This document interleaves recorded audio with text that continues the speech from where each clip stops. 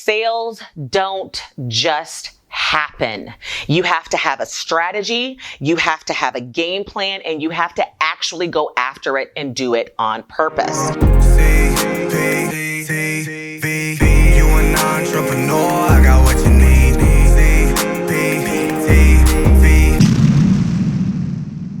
Hey there, my loves. Welcome back to my channel and CPTV, the place where aspiring and current entrepreneurs can grow their passions into businesses and their businesses into freedom. Because every single Tuesday, I give you the tips, the tools, the strategies, and the actionable step-by-step blueprints to turn your dreams into 6- and 7-figure empires. If that sounds good to you and some place that you really want to be, then go ahead, subscribe, like, and share this channel with all your peeps. Don't cost you nothing, don't hurt you, it only takes a second. And ultimately, it will embrace our goal and our journey, my goal and my journey, to empower aspiring entrepreneurs to be the bosses that they want to be.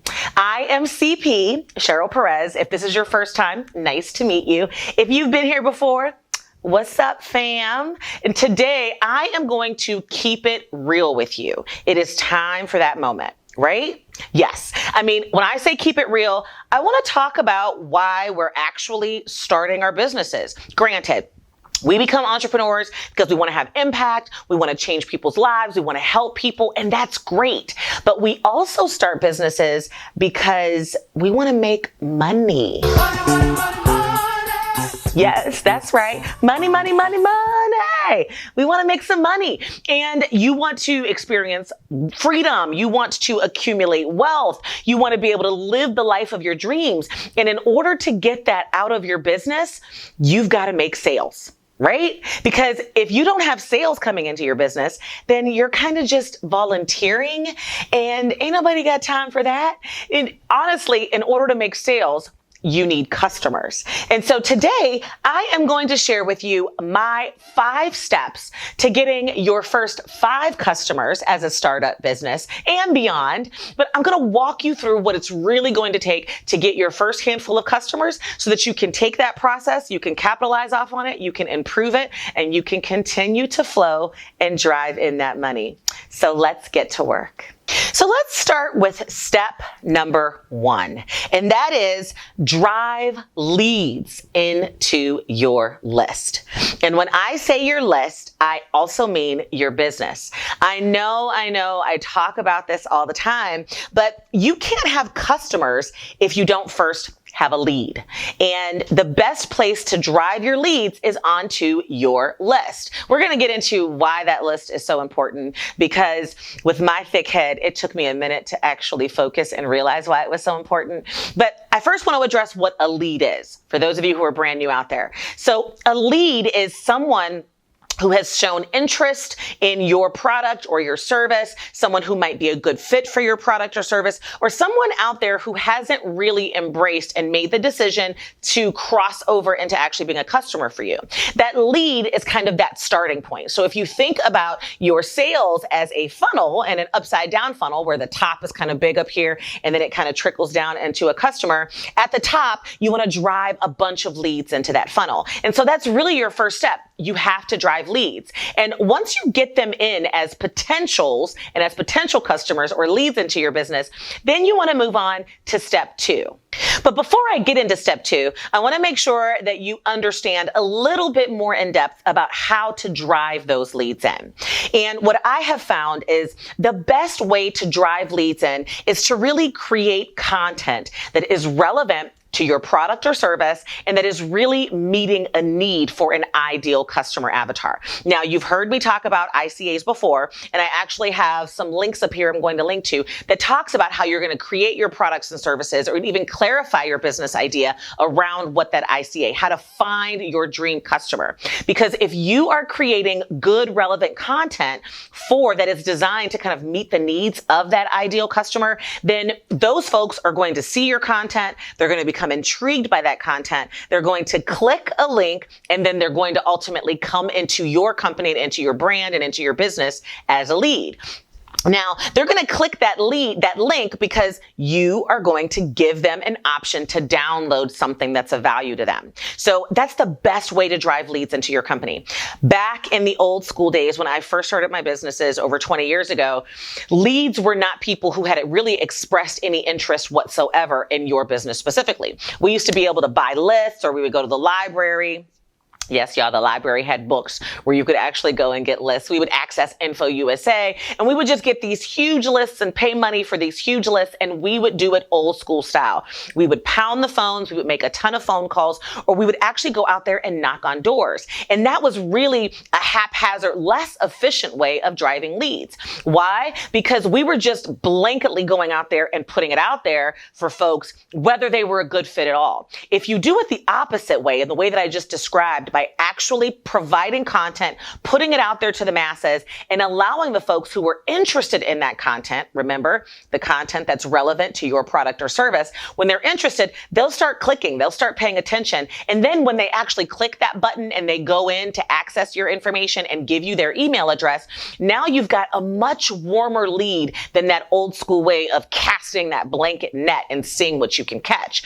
So that's a great way to drive those leads into your business and to begin to kind of build that relationship with them, to moving on to step 2, which let's get into right now.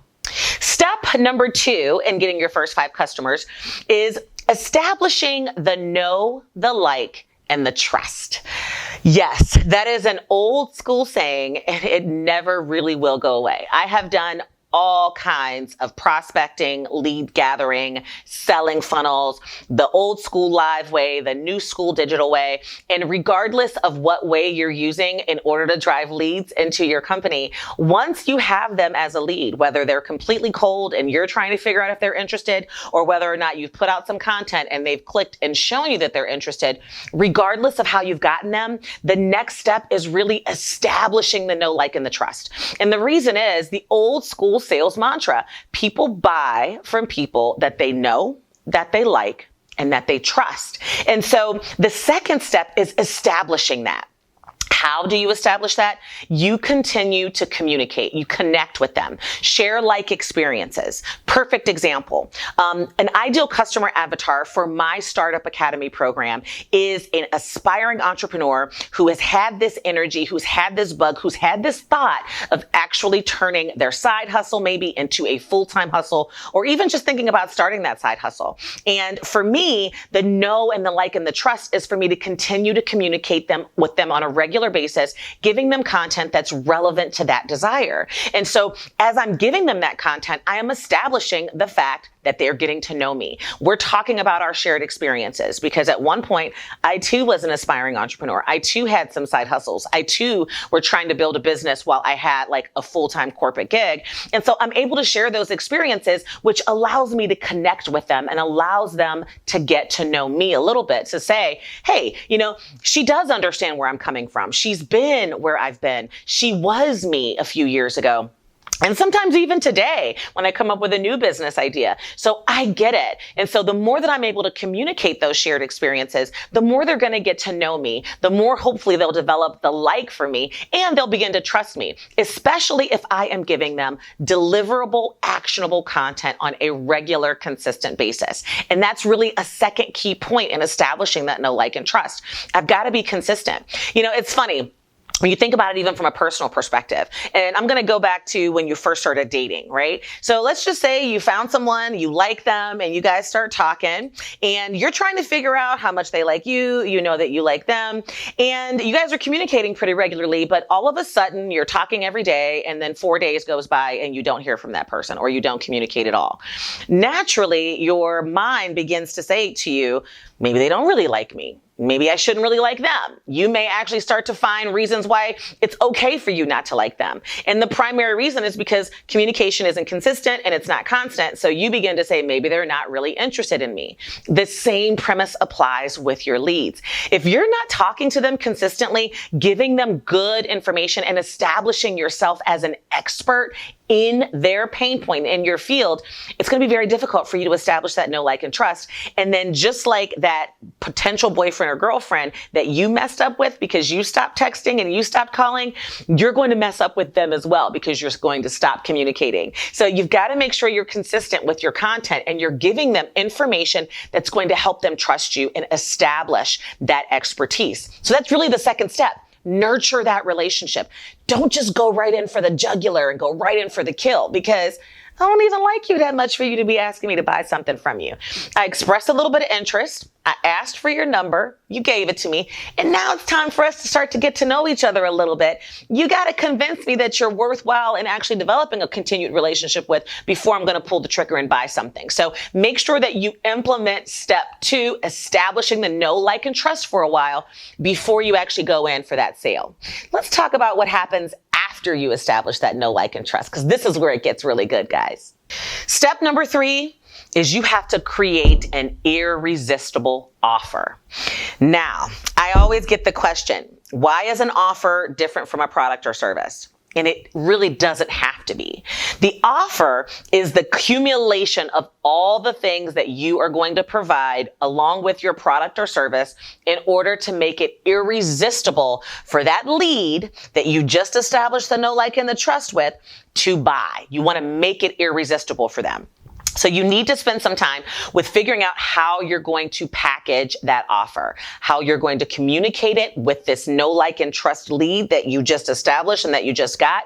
Over time, you've been working on things, you've been engaging with them, you've been answering questions, they've been clicking in your emails, they've been watching your videos, they've been listening to your podcasts, whatever it is that you've been doing. And now you've got to give them something that they can't say no to. Now, oftentimes people just really dumb it down and they'll say, especially aspiring entrepreneurs, well, if the price is right, they'll buy. Actually, if the value is right, they'll buy. We all know people out there who don't necessarily have a whole lot of money, but if they think that something is valuable, they will find the money in order to buy it. It's 100% true in this instance. And I want to share with you kind of a quote that sticks with me from a guy, if you don't know him already. His name is Russell Brunson, and I spent a lot of time learning from him. He's kind of like the godfather of sales funnels, especially digital ones, and he talks a lot about how the value of a product or service can really make the price irrelevant for a lot of customers. So don't hone in on price. Create that irresistible offer that you can put in front of that lead that you just established the know, like, and trust with. And you don't have to be super salesy when that value is in there and it's really hitting home with them and you really know who they are. So creating that value and listening to Russell Brunson, who says, cost doesn't matter when the value is high. And I think that is so significant. Keep that in mind, but you want to create that offer that's going to bring that value so that ultimately they will say yes in the end and become a customer for you.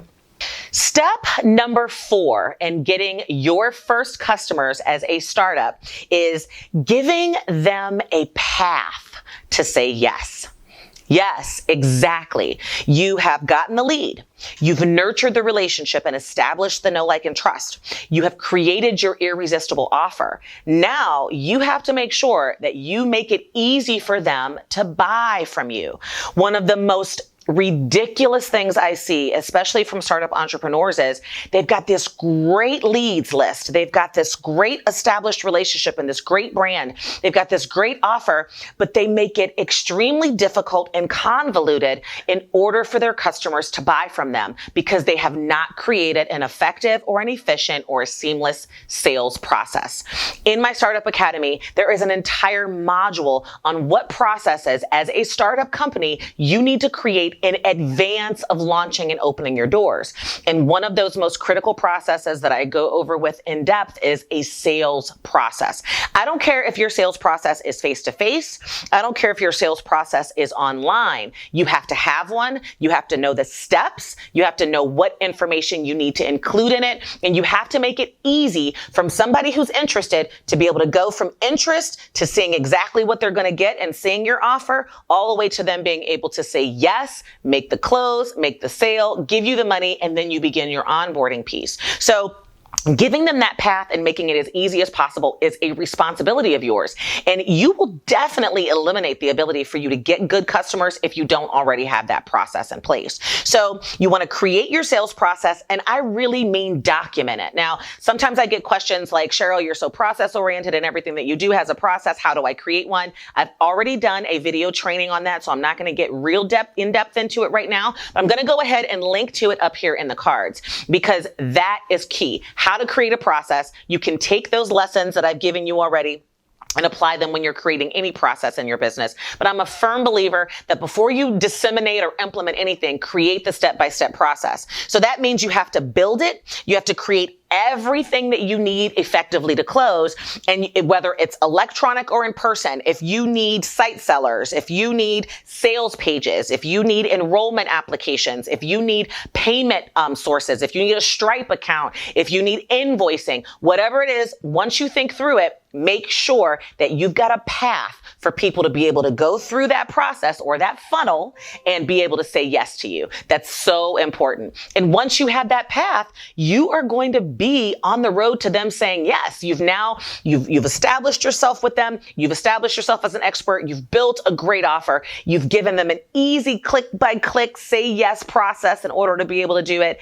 And now they have become a customer, but you're not done yet. And that's where step 5 comes in.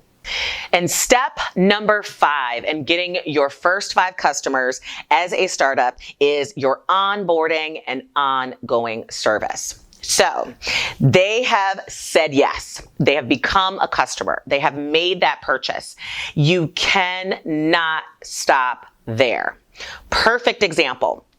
In my past business, when I was focusing on employee benefits and HR exclusively, in our benefit sales process, it was a very simple step-by-step process. We always started with an initial assessment meeting. Once we got the needs done, we would actually go back and put a proposal together for our client, put together the perfect package. We would meet with them, make that proposal, get their yes, have them go through the contracting process, and then ultimately we would begin onboarding. See, that step after they make the purchase is where a lot of small businesses, especially startups, go wrong. You never do anything with the client after you've gotten that money. Well, that's just dumb. And I know we haven't seen Asher in a while, y'all, and I don't want to necessarily pull him out, but I do want you to know that if you don't have an onboarding, that you do need to have a Asher moment with yourself. You know what I'm saying? You know who Asher is, right? Asher, as referred to in the Urban Dictionary as Asher syndrome, means the distinct inability to get your shit together. Yes, you got to get your shit together. You have to onboard your customers effectively. Post-sale is where you will really shine or flop. It's do not give them a reason to have buyer's remorse. Do not give them a reason to request a refund. Do not give them a reason to cancel whatever it is that they have just purchased from you. And in that first couple of days, 1 week, 2 week period, you are at the most risk of having attrition. That can 9 times out of 10 be contributed to the fact that you don't really have a good onboarding process. What happens after your customer after they make that purchase? What kind of welcome emails do they get? What kind of sequence are they in? What kind of phone calls do they get? What kind of access do they have immediately to their product or service? Have you given them instructions on how to easily access support and service? Have you engaged them in immediately using your product or service? Have you checked in with them? You definitely want to implement an onboarding follow-up sequence that will automatically go into play after someone has made a purchase from you, because you don't want them to cancel. You want to get social proof for them to talk about the results that they're receiving so that you can use it when you're looking at other customers and getting other leads. You want them to make referrals and make recommendations to their friends. You want them to be raving fans. And if you do not do step 5, they will not be raving fans. And that will be your bad, honestly. I mean, you can't blame nobody else for you just not doing what you're supposed to be doing, all right? So do not skimp over step 5, because they really aren't customers until they stay customers. And that's really what you want to focus on. So step 5 is 100% critical to you actually getting those first 5 customers and being able to do the same step-by-step thing over and over and over again until you are on the path to multiple 6-figure and 7-figure freedom. So guys, bottom line here, sales don't just happen. You have to have a strategy, you have to have a game plan, and you have to actually go after it and do it on purpose. You need to know what that whole sales process looks like. You need to know exactly what's included in it. And if you use these 5 steps that I have given you to create that, then you tweak, then you monitor, then you improve, you will be driving customers into your business for years to come. So many that you won't even be able to stand it yourself, and you will ultimately be the true boss that you are setting out to be and grow the business of your dreams. So that's it, guys. If you like this, please, it doesn't take you but a second, give me a thumbs up, leave me a comment below and say, hey, what's up, CP? And go out there and take these 5 steps and get that money, baby. I will see you next time. Until then, love you guys. Mwah. Bye-bye.